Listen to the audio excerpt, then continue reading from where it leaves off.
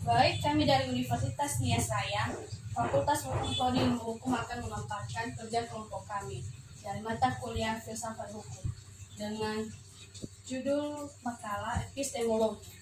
Kami dari kelompok 4 beranggotakan 6 dengan nama-nama. Saya sendiri Manusia Raya, nama saya Rencana Guru, Nama saya Pravian Suguru. nama saya Miniwati Guru, Strategi Guru. Baik, langsung saja saya akan membacakan materi kami, yaitu pengertian epistemologi. Epistemologi atau teori pengetahuan ialah cabang filsafat yang berurusan dengan hakikat dan lingkup pengetahuan, mengandai-andai dan dasar-dasar beserta tanggung jawab atas pernyataan mengenai pengetahuan dimiliki. Metode-metode untuk memperoleh pengetahuan yaitu A. Empirisme, 2. Rasionalisme, 3. Fenomenalisme, 4. Intuisionisme, 5. Dialektik. Kemudian bagian C dilanjutkan oleh teman kami Bettina. Objek dan tujuan epistemologi. Dalam kehidupan masyarakat sehari-hari, tidak jarang pemahaman objek disamakan dengan tujuan. Secara cermat, objek tidak sama dengan tujuan. Objek sama dengan sasaran, sedangkan tujuan hampir sama dengan harapan. Rumusan tujuan epistemologi tersebut memiliki makna strategis dalam dinamika pengetahuan. Rumusan tersebut menunjukkan kesadaran seseorang bahwa jangan sampai kita puas dengan sekedar memperoleh pengetahuan. D. Landasan epistemologi. Landasan epistemologi ilmu disebut metode ilmiah, cara yang dilakukan ilmu dalam menyusun pengetahuan yang benar. Pengetahuan yang diperoleh oleh manusia melalui akal indera mempunyai metode tersendiri dalam teori pengetahuan, di antaranya adalah 1. Metode induktif. Induksi merupakan suatu metode yang menyimpulkan pernyataan-pernyataan hasil observasi disimpulkan dalam suatu pernyataan yang lebih umum. 2. Metode deduktif. Deduksi merupakan suatu metode yang menyimpulkan bahwa data empirik diolah dan dilanjut dalam satu sistem pernyataan yang umum. 3. Metode positivisme. Metode ini dikeluarkan oleh August Comte 1798 sampai 1857. Metode ini berpangkat dari apa yang telah diketahui, yang faktual, yang konstitutif. 4. Metode kontemplatif. Metode ini mengatakan adanya keterbatasan indera dan akal manusia untuk memperoleh pengetahuan, sehingga objek yang dihasilkan pun berbeda-beda. Harus dikembangkan suatu kemampuan akal yang disebut dengan intuisi. 5. Metode dialektik merupakan metode tanya jawab untuk mencapai kejernihan filsafat. Bagian E. Pengaruh epistemologi. Sebagai teori pengetahuan ilmiah, epistemologi berfungsi dan bertugas menganalisis secara kritis prosedur yang ditempuh ilmu pengetahuan. Penguasaan epistemologi, terutama cara-cara memperoleh pengetahuan, sangat membantu seseorang dalam melakukan koreksi kritis terhadap bangunan pemikiran yang diajukan orang lain maupun dirinya sendiri. Secara global, epistemologi berpengaruh terhadap peradaban manusia. Suatu peradaban sudah tentu dibentuk oleh teori pengetahuan. Demikian halnya yang terjadi pada teknologi, meskipun teknologi sebagai penerapan sains, tetapi jika diajak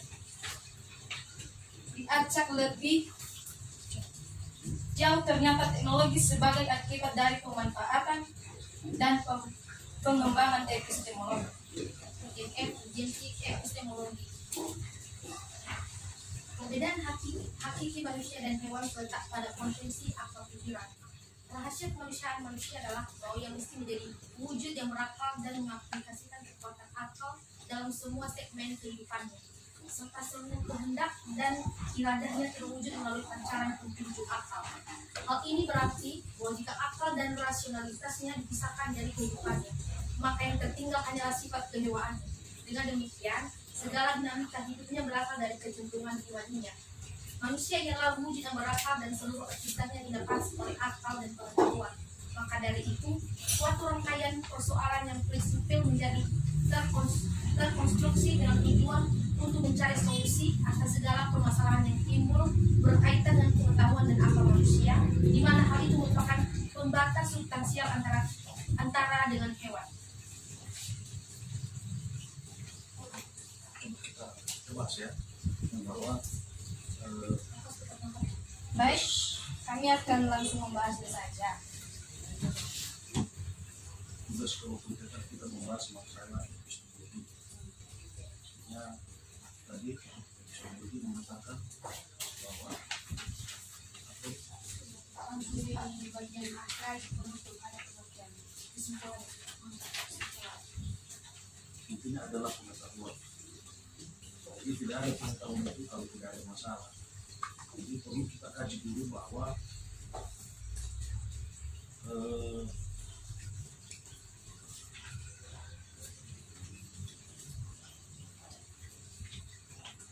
sebagaimana dikemukakan dilanjut oleh J.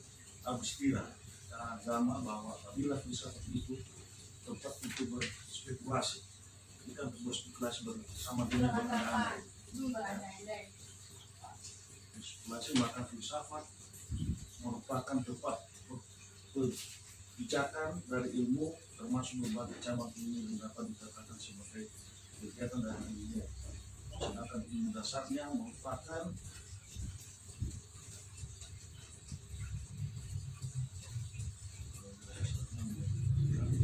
dari sisi ideologis, kerangka dasar, epistemologi serta doktrin-doktrin.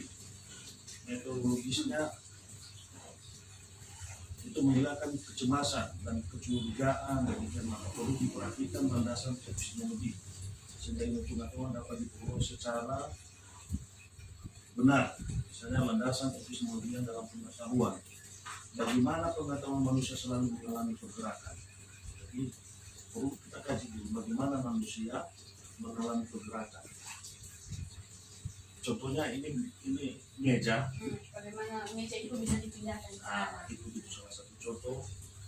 Dan kemudian menjadi 3 tahap. Ini tahap mistis, tahap antologis, dan tahap fungsional.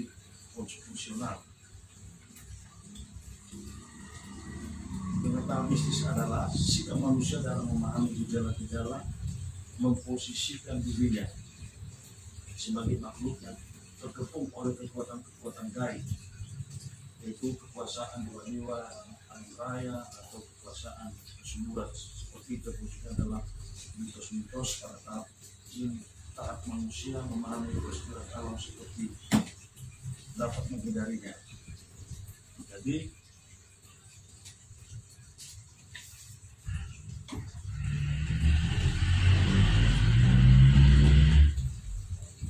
terapi daerah, artinya kan epistemologi ini termasuk karena dia ada selain Pikir manusia ya, selain dari dia adalah sesuai dengan fakta, asal atau cara berpikir manusia. dia lagi dengan kepala dingin, ambil jarak terhadap objek penelitian. Ya. Jadi kan contohnya itu tadi kan seperti ini lah, tadi kan kalian ke sini kan, pasti katanya di mana alamat saya. Nah, itu adalah juga termasuk adalah pengetahuan. Tanpa sadar kita besok sudah tahu oh, ini rumah. Ya. Pengetahuan alamat Bapak. Apalagi kalau sering datang di rumah saya. Jadi kita coba dulu apalah salah satu sambil dibaca juga itu. Ya, kita beri pemahaman atau kita kaji satu persatu sebenarnya seperti apa sih sebenarnya Epistemologi sendiri. Terus di sini kan di bagian BJ itu ada metode-metode yang diperoleh oleh pengetahuan itu sendiri. Kan epistemologi itu kan pengetahuan. Jadi cara kita untuk mendapatkan pengetahuan itu yaitu dengan cara beberapa cara itu dengan cara empirisme. Empirisme itu sendiri adalah suatu cara metode dalam filsafat yang berdasarkan cara memperoleh pengetahuan dengan melalui pengalaman. Berarti di sini dia mengkaji pengalaman seseorang. Bagaimana pengalaman itu menjadi sebuah pengetahuan. Sedangkan bagian B-nya rasionalisme.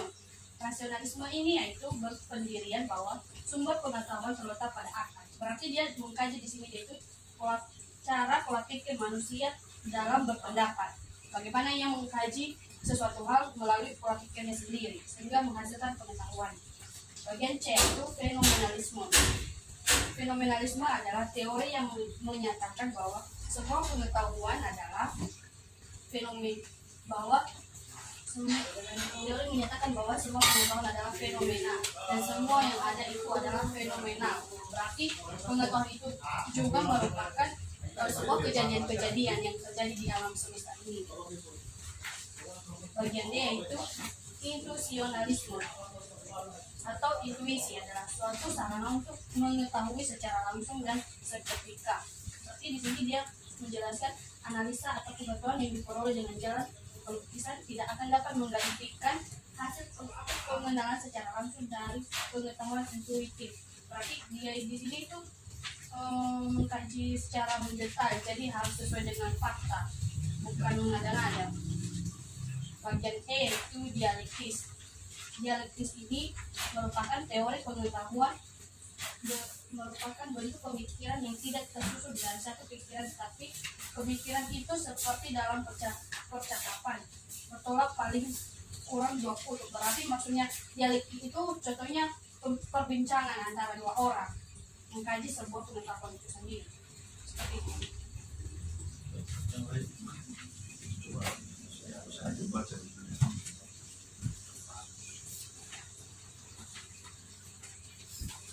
Oke, gimana?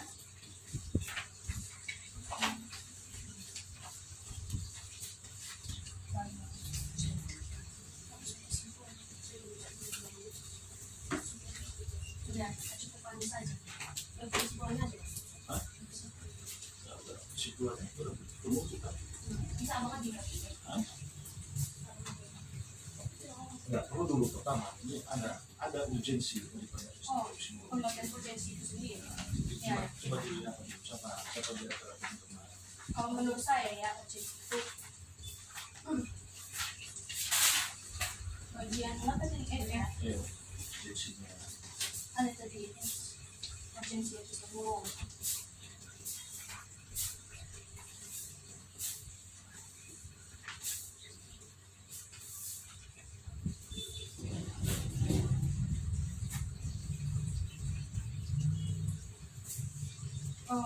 Urgensi itu kan berasal dari bahasa Inggris, disebut dengan urgen, yang berarti kepentingan yang mendesak atau sesuatu yang bersifat mendesak dan harus segera diselesaikan. Kalau menurut Kamus Besar KBBI, urgensi adalah keharusan yang mendesak. Berarti di sini menyangkut tentang sesuatu hal yang terburu-buru gitu. untuk pengertian daripada urgensi epistemologinya. Masuk kita ke penutup ya. Penutup. Ini berdasarkan pemaparan di atas yang kita bahas tadi dapat dilihat poin penting bahwa hukum bukan hanya merupakan sekumpulan peraturan yang hanya mengatur di tanah manusia. Lebih dari hukum merupakan salah satu objek studi kita di pengetahuan. Hukumlah bukanlah barang yang tersedia begitu saja dan setiap saat oleh hakim dapat diterapkan terhadap fakta. Hakim ataupun aparat penegak hukum lainnya dalam menerapkan hukum terhadap suatu peristiwa yang terjadi membutuhkan ilmu hukum sebagai disiplin, ilmu yang mempelajari, memaparkan dan mengestimasi satu sistem hukum tertentu dan pembangunannya terkandung muatan interpretasi yang mengacu pada suatu sistem hukum tertentu. Jadi kita ambil kesimpulan daripada kita bahwa epistemologi secara epistemologisnya diartikan sebagai teori pengetahuan yang benar. Dalam bahasa Indonesia-nya disebut filsafat. Jadi kita tahu dulu bahwa ya filsafat epistemologi itu sebenarnya bisa filsafat. Secara terminologi, epistemologi adalah teori yang mengenai hakikat ilmu pengetahuan atau masalah tentang pengetahuan. Sama seperti kita sekarang kita belajar. Ini kita lagi mengkaji sama pengetahuan. Mengkaji sama pengetahuan. Jadi epistemologi ini juga bertujuan bukan hanya utama untuk menjawab pertanyaan apakah saya dapat tahu, tapi untuk menemukan syarat-syarat memungkinkan saya dapat PAU. Metode ilmiah berperan dalam tataran transformasi dan wujud pengetahuan menjadi ilmu pengetahuan biasa, tidaknya pengetahuan menjadi ilmu pengetahuan yang pada metode ilmiah. Demikian metode ilmiah salah satu disokong oleh dua pilar pengetahuan, yaitu rasio dan fakta secara integratif. Jadi demikian dulu yang bisa kita bahas pada hari ini dari filsafat hukum ya. Dan kemudian kita berterima kasih sebagai pengertian atau